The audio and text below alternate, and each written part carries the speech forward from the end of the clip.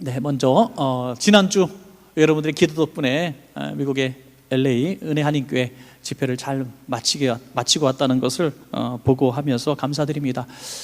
근데 이번 성회는 제 개인에게도 참 은혜가 되었던 그런 성회였던 것 같습니다. 그것은 아름답게 정말 성장하고 있고 또 성령 목회, 선교 목회하는 귀한 교회를 이렇게 볼 수 있다는 것이 참 은혜가 되었습니다.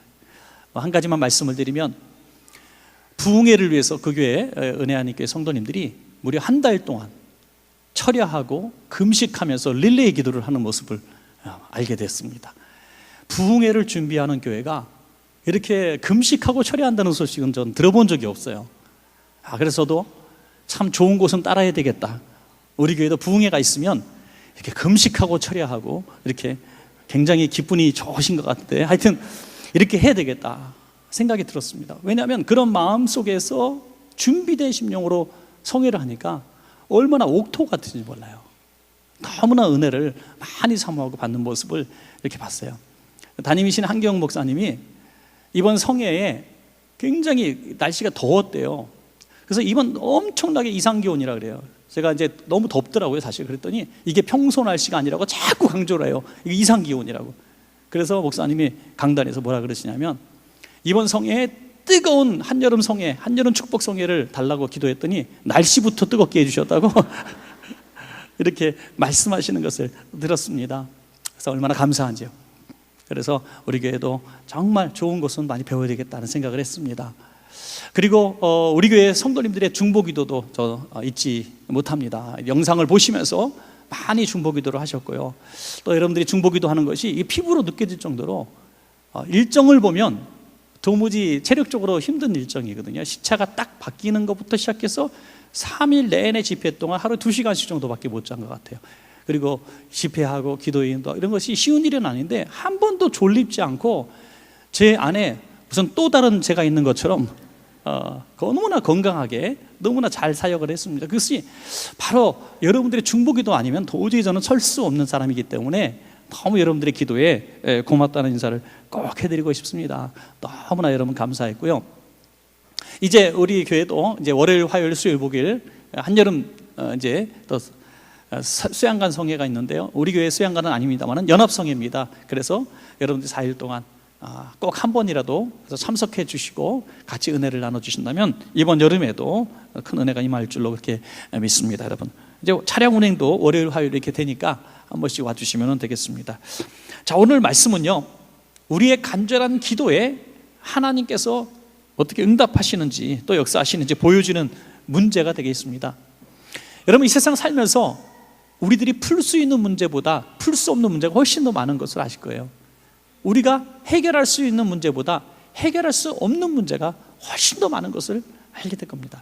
그냥 날마다 살아가면서 일상 속에 사는 것 같지만 사실은 우리가 해결할 수 없는 많은 문제들에 그냥 어쩔 수 없이 살아가는 일들이 참 많다고 하는 것이죠. 그 말은 결국 우리에게 기도밖에 없다는 겁니다. 여러분, 결국에는 기도밖에 없어요. 1분 앞, 5분 앞도 내다볼 수 없는 우리는 결국 기도밖에 없는 것입니다. 오늘 성경에 보면 회당장인 야이로라고 하는 사람이 나오는데, 이 사람은 회당장의 신분을 갖고 있었습니다. 그 당시에 그 마을에 영적인 또는 교육적인 마을에 지도자격 되는 사람입니다. 그런데 그 딸이, 어린 12살 된 딸이 큰 병에 걸렸는데 어떤 치료를 해도 약을 써도 낫지를 않는 것입니다. 여러분, 이 회당장의 신분이었기 때문에 평범한 사람들이 할 수 없는 많은 약을 쓸 수 있었고 또 많은 의사를 만났을 것입니다. 그럼에도 불구하고 이 병이 나을 수 없었다고 하는 거죠.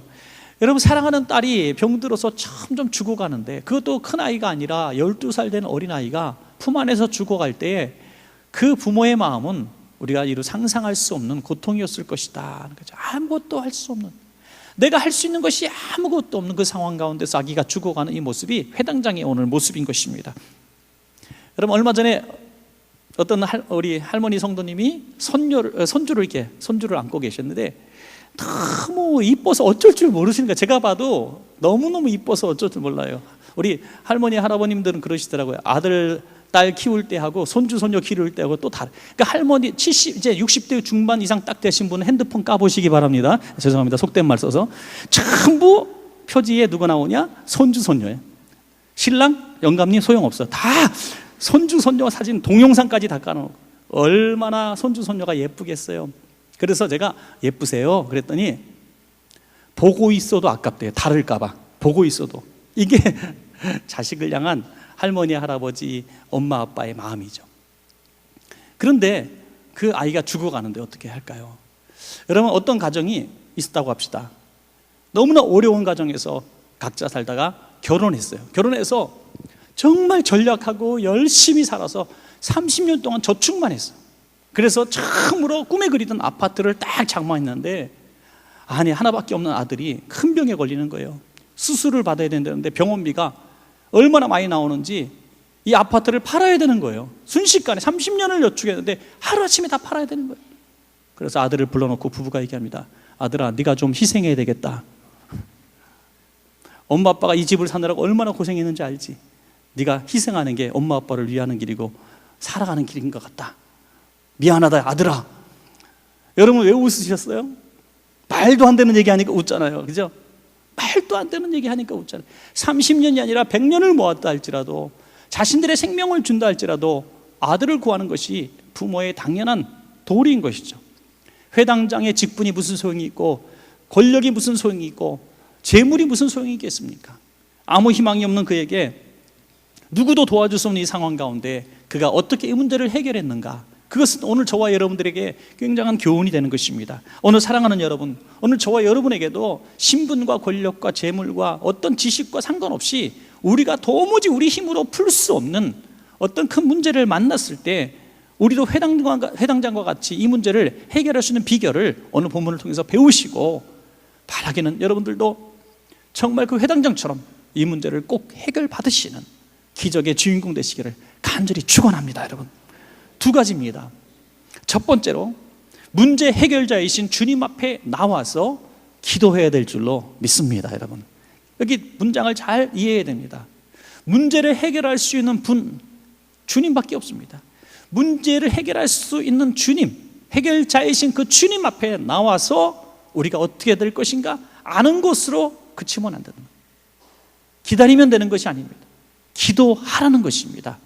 주님, 당신만이 이 문제를 해결할 수 있습니다 하면서 주님 앞에 정확하게 이 문제를 보고 드리고, 이것을 주님만이 해결할 수 있다고 매어 달려 한번 목숨을 걸고 기도해 보라는 것입니다. 여러분, 우리가 그 회당장의 신분이나 그 위치, 그런 상황들을 우리가 당시의 사람들처럼 이해할 수 있다면 오늘 회당장의 이 모습은 매우 참 경이로운 모습이라고까지 볼 수 있습니다. 회당장이 예수님이 모든 질병을 고치신다는 이런 얘기를 전해 들었을 때 보통 때는 별로 관심이 없었을 겁니다. 그 주변 사람들도 뭐 희한한 소리가 다 있네, 무슨 요술 부리는 사람이 있나 보다, 뭐 이 정도로 생각했을 겁니다. 그러나 자신의 딸이 병에 딱 걸려 죽어갈 때에 이것은 떠도는 풍문이 아니라 이것은 내가 꼭 잡아야 될 소문으로, 소식으로 들려진 것이죠. 복음으로 들려진 것입니다. 여러분, 그래서 주님 앞에 나가는 것이죠. 마가복음 5장 22절부터 23절까지 보시면, 회당장 중에 하나인 야이로라는 이가 와서 예수를 보고 발 아래 엎드려 간곡히 구하여 이르되, 내 어린 딸이 죽게 되었사오니 오셔서 그 위에 손을 얹으사 그로 구원을 받아 살게 하소서. 회당장이 오늘 무릎을 꿇었습니다. 아니 바짝 흙 위에 엎드렸습니다. 간곡하게 기도합니다. 내 딸이 죽어갑니다. 내 딸 위에 손을 얹어주셔서 내 딸이 살도록 좀 해주십시오. 마치 하나님 앞에 구하듯이 회당장이 엎드렸습니다. 나사렛 목수의 아들, 의사도 아닌 그 예수님 앞에 회당장이 바닥에 이 번지는 흙에 바짝 엎드려서 간절히 구할 수 있는 것은 무엇 때문입니까? 딸을 사랑했기 때문이요. 딸을 고쳐줄 수 있는 유일한 길이 주님밖에 없다고 믿은 것이죠. 여러분, 우리가 건강할 때 보이지 않던 주님이 아프면 보이는 것이죠. 부유할 때 보이지 않던 주님이 너무나 가난해지고 어려우니까, 정말 끼니 걱정할 순간이 되니까 주님이 보여주는 거예요. 내가 신분이 높고 잘 나갈 때는 주님이 별로 보이지 않는데 내가 나락으로 떨어지니까 주님이 보여지기 시작하는 것입니다. 그래서 마가복음 2장 17절에 말씀하시기를 건강한 자에게는 의사가 쓸데없고 병든 자에게라야 쓸데있느니라. 나는 의인을 부르러 온 것이 아니라 죄인을 부르러 왔노라. 여러분, 이 말씀은 주님 앞에 건강한 사람, 부유한 사람이 필요치 않다는 말씀이 절대 아니죠. 모든 사람에게 주님은 필요한데 주님을 찾는 자는 병든 자요 가난한 자뿐이 없다는 것이죠. 그래서 부요해도 가난해도 건강해도 또 약해도 주님밖에 없습니다라고 부르시는 저와 여러분이 복 있는 사람이 될 줄로 믿습니다. 여러분, 그게 얼마나 귀한 사람이죠. 여러분, 예수님은 당시 비천하신 분이고 종교 지도자들부터 이단자로 지킨 사람, 버림받은 사람이고 미움을 받는 사람입니다. 그러나 그 주님 앞에 과감하게 엎드릴 수 있었던 것은 주님밖에 없다고 하는 확실한 믿음이고 과감하게 내 신분을 내팽개칠 수 있는 결단이었습니다. 여러분, 우리가 신앙생활하면서 오랜 신앙생활하면서도 주님은 기적을 베푸는 주님이라는 것을 알면서도 기적의 주위를 맴돌기만 하고 내가 기적의 주인공이 되지 못하는 이유는 주님이 능력이 있다는 것을 부인해서도 아니지 않습니까? 주님이 능력이 있는 거 다 아십니다. 그리고 누군가 주님의 능력으로 기적을 경험했다는 소식도 저와 여러분은 인정하고 있습니다. 그런데 내게는 왜 그런 일이 안 일어날까? 내게 믿음이 없어서 저는 그렇게 생각하지 않습니다. 우리에게 그만큼 절박한 문제를 아직 경험하지 못했기 때문입니다. 부목사님께서 설교하실 때 제가 듣고 은혜를 받았던 한 부분이 있었어요. 그 부목사님께서 설교하시는데 이런 얘기를 하셨어요. 우리 원천교회 부목사님인데요, 물에 빠져 죽어갈 때 살려달라고 외치는 것과 그냥 좀 도와달라는 것에 큰 차이에 대해서 말씀하셨는데 공감이 됩니다. 여러분, 우리가 주님 앞에 기도할 때 이거 좀 도와주시겠어요? 하는 정도의 태도는 기도가 되지 않는다는 거예요. 내 짐 무거운 거 몇 개 들고 가는데 이거 짐 좀 하나 좀 들어주시겠어요? 손이 이제 물건을 들었는데 저 문 좀 붙잡아 주시겠어요? 문 좀 열어주시겠어요? 엘리베이터 버튼 좀 눌러주시겠어요? 이렇게 하는 것은 그냥 싹 모른 척 하고 가면은 흥 하고 가면은 나도 흥 그러면 되는 거예요. 그까짓 거 뭐 안 해주면 그만이지 뭐. 그러나 물에 빠져 죽어갈 때는 저 시간이 있으면 좀 도와주시겠어요? 그 지나가시는 어르신 바쁘신 거 아는데 제가 지금 죽게 생겼거든요. 딱 2초면 제가 죽을 것 같아요. 좀 도와주시면 참 고맙겠네요. 제가 차 한 잔 사죠. 이렇게 얘기할 수 있어요? 그때는 반말이에요. 그냥 어디다 대고 살려줘 그런다. 그러면 지나가는 사람이 버릇없이 어른한테 반말을 쓰네. 그리고 지나갑니까? 아니에요. 절박한 상황이기 때문에 누구든지 도와줄 수밖에 없는 것이죠. 절박함이란 그런 것입니다. 오늘 기적을 경험할 수 있는 이유는 누구도 풀어줄 수 없는 문제 속에 직면했기 때문에 오늘 주님 앞에 그렇게 부르질 수 있었던 거예요. 누구도 갖지 못했던 믿음을 갖고 있었던 것이죠. 저는 믿습니다. 저와 여러분 원천교회에 있는 이 자리의 모든 성도님들이 지금은 누가 볼 때도 나는 믿음이 없어요, 나는 그런 기적의 주인공이 될 믿음이 없어요 라고 말한다 할지라도 저는 분명히 믿습니다. 여러분에게 어떤 순간 어떤 상황에 여러분의 힘으로 도무지 풀 수 없는 정말 끔찍한 상황, 고통스러운 상황 속에 여러분들이 내몰릴 때면 여러분들은 주님 앞에 달려나갈 수밖에 없다는 것을 저는 알고 그 주님 앞에 이전에 경험하지 못했던 결사적인 기도를 할 수 있다는 사실을 저는 믿습니다. 왜냐하면 저와 여러분은 바로 하나님의 부르심 받은 자녀이기 때문인 것입니다. 마태복음 10장 28절에 몸은 죽여도 영혼은 능히 죽이지 못하는 자들을 두려워하지 말고 오직 몸과 영혼을 능히 지옥에 멸하실 수 있는 이를 두려워하라 그랬습니다. 사람 볼 거 없어요. 주변 사람 눈치 볼 거 없어요. 아니 회당장이 저래? 저 신분이 높은 사람이 정말 어디서 왔는지도 모르는 그 신분의 사람 앞에 바짝 엎드려갖고 저게 뭐 하는 짓이람? 누군가 저와 여러분에게 오늘 그렇게 말하고 있는지 몰라. 야, 너 배울 만큼 배운 애가 무슨 종교를 믿고 그러냐? 너 그래도 공부할 만큼 했잖아. 너 그래도 있는 거 좀 있잖아. 그 가난한 사람들, 아무것도 의지할 수 없는 사람들이나 교회 가는 거지. 너 왜 교회 가는? 나 이해를 못하겠다. 이렇게 말하는 사람들이 회당장 주변의 사람들입니다. 그러나 여러분 분명히 하십시오. 그분들이 우리 인생의 문제를, 절박한 문제를 해결해 주시는 사람들이 아니라는 것입니다. 그들의 말에 현혹될 필요가 없다는 것입니다. 우리의 질병과 우리의 풀지 못할 문제를 풀어주시는 분은, 유일하신 분은 주님밖에 없기 때문에 우린 주님 앞에 집중해야 되는 것입니다. 그분 앞에만 엎드려야 되는 것입니다. 누가 뭐라 그래도 부르짖어야 되는 것입니다. 여러분, 오늘 여러분 가운데 어떤 과거의 고난과 고통 때문에 주님을 만나고 주님 앞에 부르짖어서 기적을 경험한 분들이 이 자리에 많이 계실 거예요. 그 고난은 저주가 아니라 축복의 통로가 된 줄로 믿습니다. 그 축복의 통로예요. 고난이 주님으로 인도하는 안내장이 된 거예요. 그래서 청교도들은 이런 얘기를 했습니다. 고난이라고 하는 것은 축복이 고난으로 변장해서 나가온다. 변장해서 오나. 고난이 딱 오면 이렇게 보십시오. 그 고난은 고난으로 끝나는 것이 아니라 그 고난은 변장된 축복이다. 이제 곧 그 고난이 내게 축복이 될 것이다 라고 믿으시기 바랍니다. 여러분, 저는 하나님 앞에 부르짖어 기도할 수 없는 사람은 교만한 사람이다 이렇게 봅니다. 교만한 사람. 이것은 목소리가 크다는, 데시벨이 높다는 얘기가 아니에요.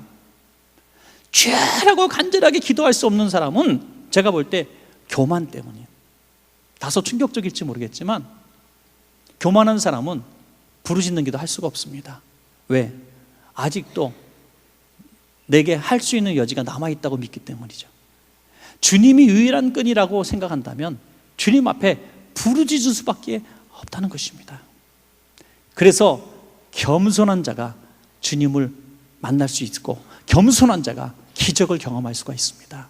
내가 오랜 신앙생활을 했는데, 직분도 높은데, 내가 그래도 다른 사람이 다 아는 신앙인인데 주여 삼창도 한번 못 해보고, 내가 주님 앞에 골방에서 기도 한번 못 해보고, 기적의 응답도 한 번도 경험해보지 못했다면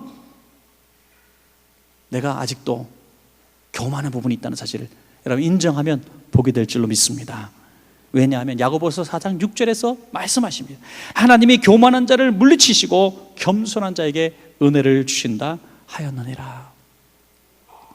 저는 기도원이나 또 예배 시간에, 주일날 예배 시간에 엎드려서 기도하는 성도들을 이렇게 볼 때가 있습니다. 물론 두 눈을 부릅뜨고 보진 않지만은 새 눈 뜨고 이렇게 볼 때가 있습니다. 그러면 여러분들, 제가 봐도 세상적으로 부러울 것 없는 신분, 할 만큼 했던 공부, 많은 것을 가진 사람들이 어깨를 들썩거리며 기도하는 그 모습을 볼 때 얼마나 겸손해 보이는지 몰라요. 겸손해 보이는지 몰라요. 여러분, 그 겸손이 기도하게 만드는 거지, 교만은 절대로 우리는 주님 앞에 나갈 수 있는 길을 막고 있는 것입니다. 정말 절망은 고통스러운 상황 가운데, 풀 수 없는 문제 가운데 아직도 주님 앞에 부르짖지 못하는 사람이 절망입니다. 문제가 절망이 아니라 기도하지 못하는 것이 절망이라는 것입니다. 오늘 야이로처럼 모든 체면 벗어버리고, 모든 교만의 옷을 벗어버리고, 주님만이 나의 힘이시오, 주님만이 나의 능력이시고, 주님만이 해결해 줄 수 있다고 믿으시고, 다른 사람 주변에 눈총 보지 마시고 주님 앞에 나와서 기도원에 가시든지 기도실에 들어가시든지 결사적으로 한번 매달려 보셨어. 여러분, 기적의 주인공 꼭 되시기를 간절히 축원합니다. 오늘 마지막 두 번째로 우리가 기적을 경험할 수 있는 비결은 응답 받은 대로 끝까지 믿어야 될 줄로 믿습니다. 여러분, 끝까지 믿는 거예요. 믿음은 받는 것보다 지키는 것이 더 어렵다 그래요. 지키는 게 어려워요. 첫 신앙, 첫 믿음으로 믿음이 막 뜨거워질 때가 있어요. 정말 대단한 믿음이 된 것 같아요. 그래서 신학교 1학년 보면 얼마나 믿음이 좋은지 몰라요. 정말 믿음이 대단한데 신학교 3학년쯤 되면 이제 그 뜨거운 믿음이 사라지고 이제 전도사쯤 되고요. 졸업하면 평신도로 돌아간다 그래요. 하여튼 우리가 불같이 뜨거울 때가 있는데, 이게 양은 냄비 신앙이에요. 양은 냄비. 라면 끓여 먹긴 좋을지 모르겠지만 이 양은 냄비 신앙은 팔팔팔팔 끓어서, 그때는 이 잘 다스리지 못하면 교만하게 돼요. 다른 사람들의 믿음의 수준을 자꾸 이렇게 평가하게 된다는 거죠. 그러나 믿음을 지키는 사람은 뚝배기처럼 아주 천천히 뜨거워지지만 그 뜨거움을 주님 만날 때까지 지키는 사람들입니다. 여러분, 변함없는 사람들. 여러분, 야이로처럼 이렇게 끝까지 믿을 수 있는 것은 주님이 하실 일들을 관심 있게 보았기 때문입니다. 여러분 아시는 대로 야이로와 함께 야이로의 딸을 고치러 가시는 과정 속에서 중간에 한 사건이 일어나죠. 12회를 혈루증 앓던 여인이 예수님의 옷자락을 만지는 사건이 일어납니다. 정말 많은 병원에서 고생을 했지만은 재물을 다 허비했지만 나을 수 없던 여인이 예수님 옷자락 만지면 난 나을 것이다라는 믿음으로 옷자락을 만졌더니 기적같이 나았습니다. 오늘 가장 가까이서 목격했던 사람이 바로 야이로 아니겠습니까? 야이로와 나란히 있어서 지금 야이로가 예수님을 자기 집으로 인도해 가고 있었던 길이었습니다. 누구보다 가장 가까이서 봤습니다. 그 순간에 야이로는 확신이 얼마나 들었을까요? 야, 그렇구나. 예수님 내가 정말 잘 모셨구나. 예수님은 이렇게 놀라우신 분이구나 하면서 굉장히 마음이 행복했을 것입니다.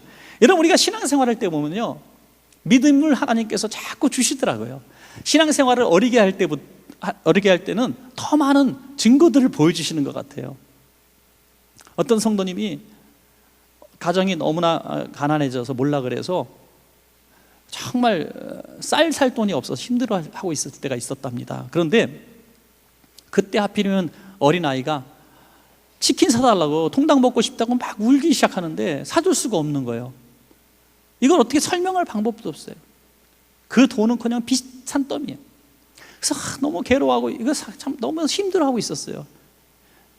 어린아이가 먹는 거 사달라고 할 때 못 사주는 부모가 제일 힘든 것 같아요.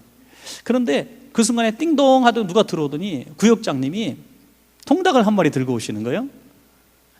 이거 왜 뭡니까 그랬더니 통닭을 샀는데 갑자기 집사님 생각이 나더라는 거예요. 이거 저는 실화를 얘기하고 있는 겁니다. 저는 동화가 아니라 집사님 생각나서 이 통닭을 사왔다는 거예요. 그래서 얼마나 감격했는지, 하나님이 나를 버리지 않으셨구나, 하나님이 우리 가정을 아직 포기하지 않으셨구나 하면서 통닭 한 마리를 보고 주님을 영접한 마음, 주님을 만난 기분이라는 거예요. 예. 통닭이 예수님처럼 보이는지 몰라도 하여튼 너무 감격했다는 거예요. 그러니까 여러분, 우리 삶 가운데 하나님은 거대한 우리의 문제가 있지만은 소소하신 음성으로 하나님이 옆에 계신 것을 계속 확인시켜 주시는 줄로 믿으시기 바랍니다. 어마어마한 기적이 아니라 할지라도 하나님은 세미한 음성으로 말씀하시고 피 묻은 손으로 터치해 주신다는 거죠. 우리 그것을 삶을 통해서 느끼게 됩니다. 오늘 저는 이 사실을, 이 본문을 보면서 하나님이 야이로를 너무 사랑하신 것 같아요. 왜? 조금 있다가 일어날 사건을 주님은 아셨기 때문입니다. 타이밍, 하나님은 항상 타이밍을 놓치지 않습니다. 왜? 하필이면 지금 12의 혈루증 앓던 여인을 가는 길에서 만나게 하셨을까? 곧 닥칠 야이로의 시련이 있기 때문입니다. 마가복음 5장 35절입니다. 아직 예수께서 말씀하실 때 회당장의 집에서 사람들이 와서 회당장에게 이르되 당신의 딸이 죽었나이다. 어찌하여 선생을 더 괴롭게 하나이까? 죽었다는 거예요. 끝났다는 거예요. 저는 이렇게 생각해요. 만약에 오던 길에 12의 혈루증 앓던 여인의 치유 사건이 없었더라면 이 야이로도 조금 흔들리지 않았을까? 그리고 주님, 이제 됐습니다. 귀찮게 하지 않겠습니다. 조금 늦었군요. 마치 나사로를 잃어버린 마르다와 마리아처럼 왜 이제 오셨습니까? 왜 이제 오셨습니까? 할 수밖에 없는 거죠. 오늘 그런 절망적인 이런 상황 가운데서 본문 어디를 봐도 야이로가 본문을 보고 원망했다는 사람 기록이 하나도 없어요. 여러분, 부정적인 사람은요, 믿음 없는 사람은 모든 것을 다른 사람 핑계를 댑니다. 예수님, 당신이 너무 늦게 오셨지 않습니까? 12의 혈루증 앓는 여인 보면서, 야, 하필이면 너 그때 예수님 옷자로 당겨가지고 예수님 발걸음 지체하고 그래서 내 딸이 죽었잖아. 네 때문이야. 마치 2등한 엄마가 학교 찾아가서 1등 머리끄댕이 잡으면서 너 때문에 내 딸이 2등 됐어. 이게요, 세상이 이렇게 포악한 사람들이, 이기적인 사람들이 얼마나 많은지 몰라요. 야이로는 그런 사람이 아니었다는 거예요. 그 사람들은 분명히 자기 딸이 죽은 것을 눈으로 보고 와서 얘기했습니다. 여러분, 보고 와서 얘기하는 사람이 이깁니까? 안 보고 믿는 사람이 이깁니까? 안 보고 믿는 사람이 이기는 것이죠. 남대문 문턱이 있습니까? 없습니까? 예. 시골 사람들은 다 문턱이 있는 줄 알아요. 남대문. 예. 여러분, 우리가 믿음이라고 하는 것이 정체가 뭐냐? 믿음은 보지 못하는 것을 믿는 거죠. 자, 마가복음 5장 36절을 보십시오. 예수께서 그 하는 말을, 누가 하는 말? 하인들이 하는 말을 곁에서 들으셨습니다. 회당장에게 이르시되 두려워하지 말고 믿기만 하라. 얘야, 저 사람들이 하는 얘기 믿지 마, 듣지 마. 분명히 그들은 눈으로 보고 아기가 죽은 것을 확인하고 왔지만 믿지 마, 듣지 마. 너는 두려워하지 말고 믿기만 해라. 여러분, 우리가 의심할 만한 상황들, 지식과 정복과 상식과 과학이 우리의 믿음을 가로막았을 때 오늘 이 말씀을, 내게 주신 말씀으로 믿고 입술로 선포하십시오. 따라합시다. 두려워하지 말고 믿기만 하라. 아멘. 이것을 믿는 거예요. 우리의 믿음이 뭡니까? 상식과 경험, 지식, 과학이 얘기하는 것대로 믿는다면 우리는 믿을 필요가 없어요. 주일날 이 시간에, 이 좋은 날에 왜 여기 있습니까? 보니까 어마어마한 차량들이 저 강원도로 저 경부고속도로 타고 내려갔던데 거기 중에 한 명 껴서 지금 내려가고 있겠죠. 우리는 세상의 풍조와 순리나 모든 사람들이 말하는 것들보다도 주님의 말씀을 더 신뢰하기 때문에 이 자리에 있는 줄로 믿습니다. 여러분, 야이로는 내 딸이 이미 죽었다는 것을 부인하는 것이 아닙니다. 내 딸이 죽은 것을 그도 인정합니다. 인정하지만 주님께서 두려워하지 말고 믿기만 하라고 말씀하시니까 주님 말씀을 선택한 것입니다. 이것이 믿음이라는 것이죠. 여러분, 우리가 광신적인 믿음을 말하는 것이 아닙니다. 이런 잘못된 믿음 때문에 기독교가 욕을 먹는 경우도 많이 있지만 하나님의 말씀을 사람들의 말보다도 상황보다도 믿는 것입니다. 여러분, 그래서 저는 마귀가 하는 일은 하나님을 대적하는 것이 아니라 우리의 믿음을 뺏어간다는 사실을 깨달았습니다. 여러분, 분명히 아십시오. 마귀는 하나님이 하시는 일을 막을 수 없습니다. 하나님이 하시는 기적, 절대로 마귀는 방해할 수 없습니다. 그런데 마귀가 할 수 있는 일은 하나님의 복을 받으려고 준비하고 있는 우리를 방해할 수는 있습니다. 그것이 뭡니까? 믿음을 빼앗아가는 것입니다. 믿음을 빼앗아가는, 길가와 같은 밭에 떨어진 하나님의 말씀을 마귀는 새로 와서 쪼아 먹는 거예요. 그래서 우리 믿음을 다 뺏어가는 거예요.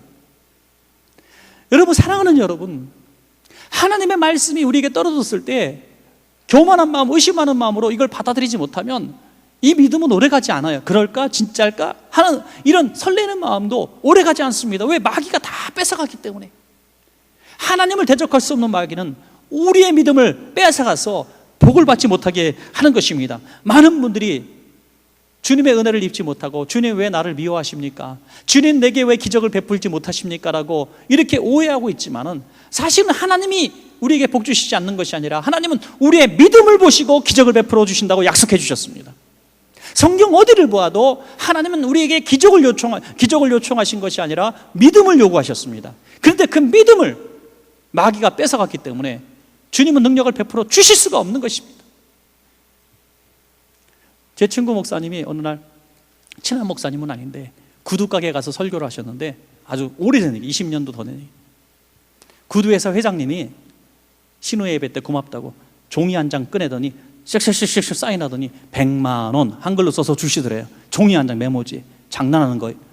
지금 내게 장난하니? 그런 거예요 지금. 네? 그런데 그때 구두 한 컬에 10만 원도 안 될 때 100만 원을 써줍니다. 한동안 감추고 있다가 구두 살 때가 돼서 이왕 바보짓 할 거 명동 가서 하자. 명동 본점에 가서 딱 내놓으니까 점장부터 뛰어나와서 귀빈 VVIP를 섬기듯이 모시더라 이거죠. 하나님은 이미 우리에게 믿음을 선물로 주셨습니다. 여러분, 그거 들고 가면 되는 거예요. 의심하고 그것을 마귀에게 빼앗겨버리고 바보같이 주님 도와주세요라고 믿음 없이 기도하니 응답이 이루어지지 않는 것입니다.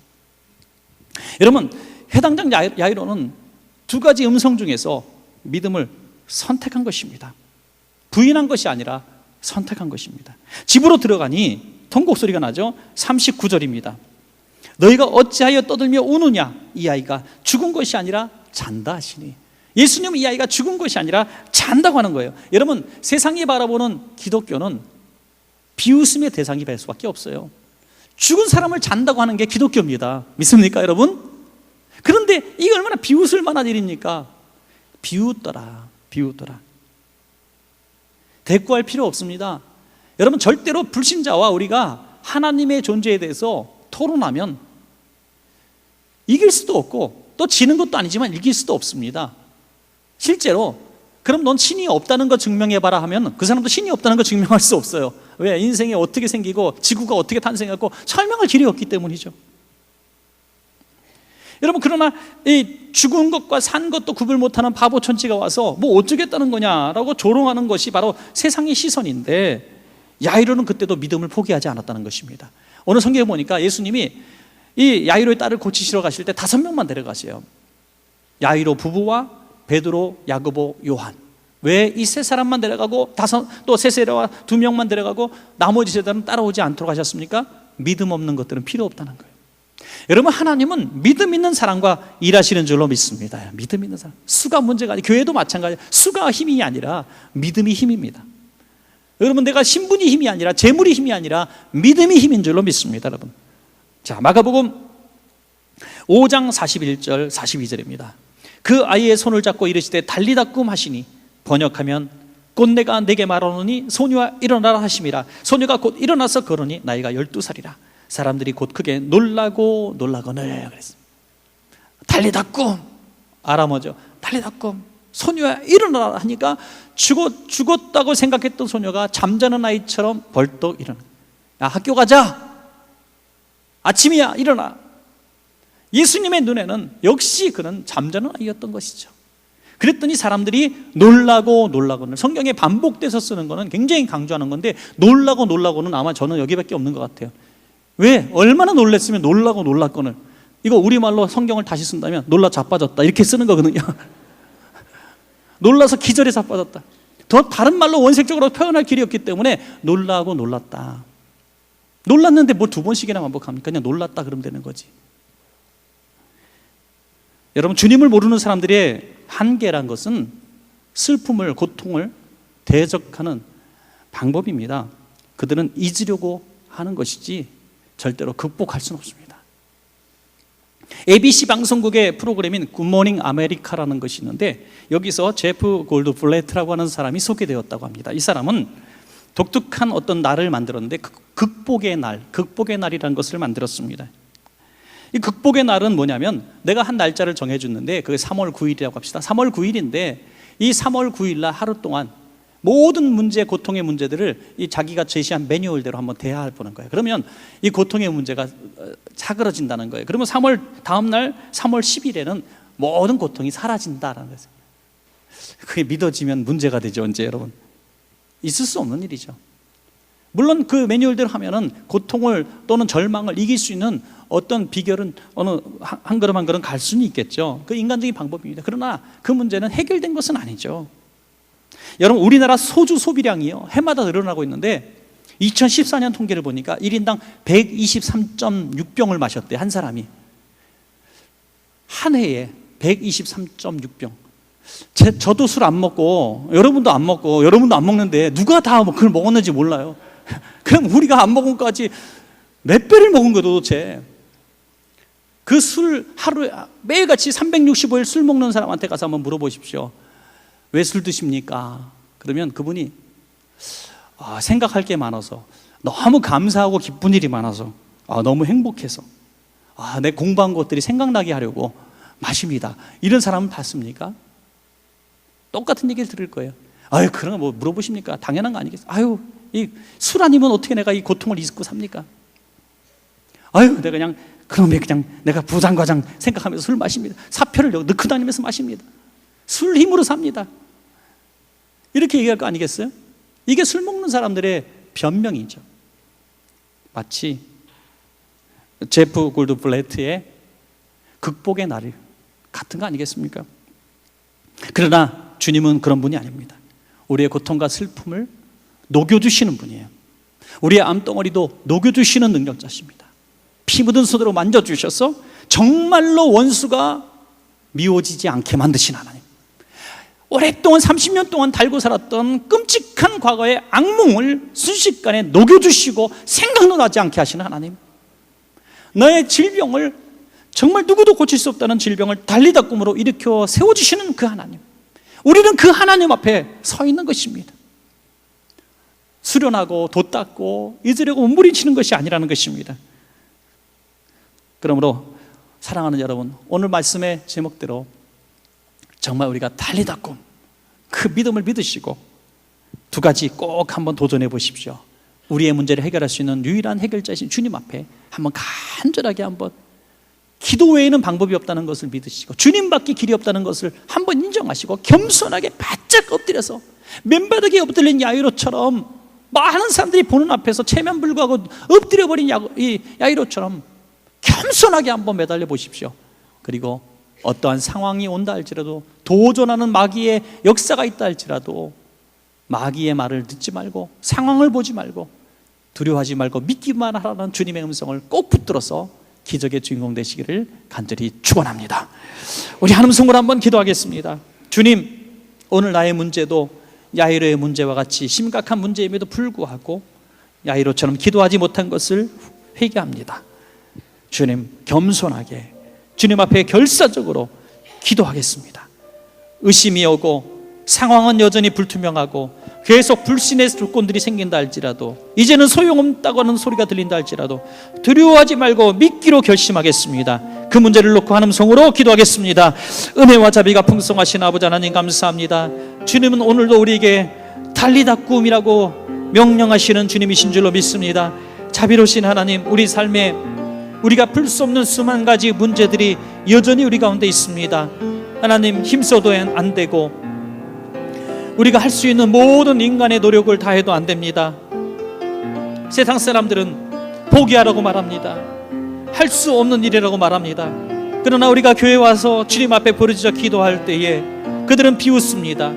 자는 것과 죽은 것조차 구별하지 못하는 바보로 합니다. 하지만 하나님, 우리는 그들이 갖지 못한 믿음을 보았습니다. 우리는 12회 혈루증 앓던 여인이 고침받는 것도 보았습니다. 우리는 말씀을 통하여 오병이의 기적을 보았습니다. 우리는 말씀을 통하여 풍랑을 잔잔케 하시고 병든 자를 고치시며 죽은 자를 살리시는 주님을 보았습니다.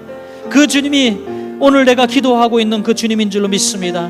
주님이여, 우리의 삶을 돌아보시사 오늘 달리다 꿈 명령 내려주셨기를 구합니다. 주님밖에 희망이 없습니다. 주님밖에 희망이 없습니다. 주님 도와주시옵소서. 주님 도와주시옵소서. 주님밖에 없습니다. 오늘 이 시간에 믿음을 갖고 부르짖는 모든 심령 가운데 우리 하나님의 권세와 권능이 나타나게 하여 주시옵소서. 성령님, 오늘 이 시간에 우리에게 믿음을 부릴 때 일어나게 하여 주시옵소서. 성령님 도와주시옵소서. 믿사오며 예수님 이름으로 기도합니다. 우리 가슴에 한번 손 얹기를 바랍니다. 좋으신 하나님, 세상은 여전히 우리가 기도하는 모습을 이해하지 못하고 죽은 것과 잠자는 것도 구별하지 못하는 맹신도 정도로 생각을 합니다. 하지만 하나님, 야이로는 끝까지 믿음의 모습을 잃지 않았습니다. 맨바닥에 엎드려서 먼지 풀풀 나는 곳에서 부끄러움도 무릅썼습니다. 오늘 우리에게 그런 과감한 주님만 바라보는 이런 믿음의 실천이 있기를 원합니다. 그리고 주님만이 나의 힘이시고 오직 주님만이 나의 능력이시라고 고백하며 부르짖어 한번 기도해 보기를 원합니다. 주님, 무엇이 더 귀합니까? 다른 사람의 시선입니까? 상식입니까? 경험입니까? 지식입니까? 그 모든 것들이 야이로에게 있었지만 한순간에 무너진 것은 딸이 불치의 병에 걸려 죽어갈 때였습니다. 오늘 사랑하는 원천 가족들에게도 끔찍한 고통의 통로 지나고 있는 줄로 압니다. 내 힘으로 어떻게 풀 수 없는 많은 문제들을 이성과 경험과 상식과 지식이, 물질이 과연 해결해 주었습니까? 하나님, 이제는 하나님밖에 없음을 고백합니다. 주님 도와주시옵소서. 주님 도와주시옵소서. 우리의 가정에 오셔서, 우리의 심령에 오셔서 야이로에게 말씀하신 것처럼 달리다 꿈이라고 한번 말씀해 주시옵소서. 그래서 우리도 일어나게 하여 주시옵소서. 그래서 주님 앞에 영광 돌리는 삶 살게 하여 주시고 주님의 살아계심을 만방에 증거하며 살게 하여 주시옵소서. 예수님 이름으로 축복하며 기도합니다. 아멘.